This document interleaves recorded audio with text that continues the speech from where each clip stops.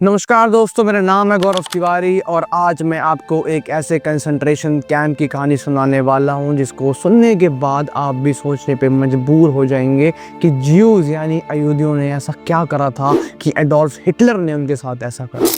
और इस कहानी को सुनने के दौरान और बाद में भी ये चीज़ दिमाग में रखना कि समय रहते अगर Palestine, Israel, Bharat, Pakistan, Ukraine, Russia इन सब की लड़ाई नहीं रुकी तो हो सकता है कि एक और मंजर ऐसा आपको और हमें देखने को मिले।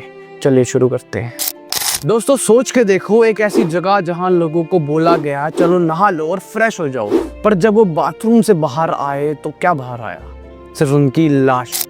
जहां हवा में परफ्यूम नहीं, जले हुए इंसानों की बू होती थी। ये था ऑश्विट्ज, दुनिया का सबसे बड़ा डेथ कैंप जहां इंसानों को मारना भी एक सिस्टम का पार्ट बना दिया गया था। 1933 में एडोल्फ हिटलर पावर में आया और उसका पागलपन था एक प्योर जर्मन रेस बनाना। उसने बनाया एक फाइनल सॉल्यूशन, यानी पूरी दुनिया से यहूदियों को मिटा देने का प्लान, और उस प्लान का दिल था ऑश्विट्ज, पोलैंड की एक छोटी सी जगह जिसे हिटलर ने मौत की फैक्ट्री बना दिया। ये एक नहीं 3 कैंप्स का एक नेटवर्क था। ऑश्विट्ज 1 टॉर्चर और एक्सपेरिमेंट्स के लिए, ऑश्विट्ज 2 बिरकेनाउ गैस चैम्बर्स के लिए और ऑश्विट्ज 3 मोनोविट्ज लेबर के लिए। बिरकेनाउ में हर दिन 10,000 से ज़्यादा लोग मार दिए जाते थे। ज़ाइलोन भी गैस छोड़ दी जाती और कुछ मिनट में सब कुछ खत्म। ट्रेन्स भर के लोग यूरोप के कोने कोने से आते थे। उन्हें बोला जाता था बस रिलोकेट कर रहे हैं।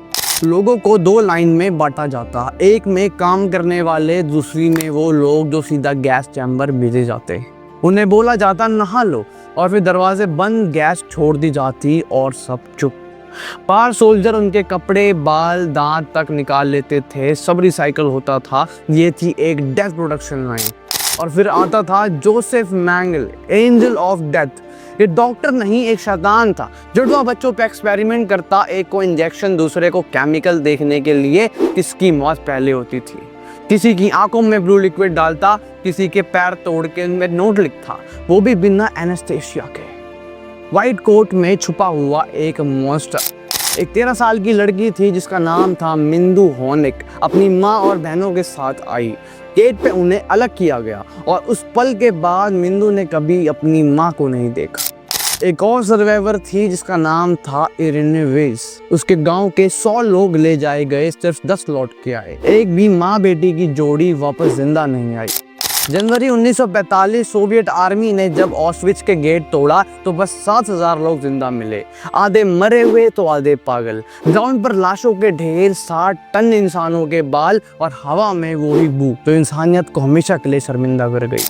आज ऑश्विट्ज एक म्यूजियम है, पर अंदर जाओ तो लगता है जैसे हर दीवार कह रही हो मत भूलना, क्योंकि जब नफरत सिस्टम बन जाती है तो इंसानियत सिर्फ की याद बन जाती है। और आज जब हम देखते हैं इजराइल पैलेस्तीन के बॉम्ब, रशिया यूक्रेन के वॉर जोन, इंडिया पाकिस्तान के बॉर्डर फायर, तो लगता है इंसान ने टेक्नोलॉजी बदल ली पर अपनी सोच वहीं छोड़ दी जहाँ हिटलर ने छोड़ी थी।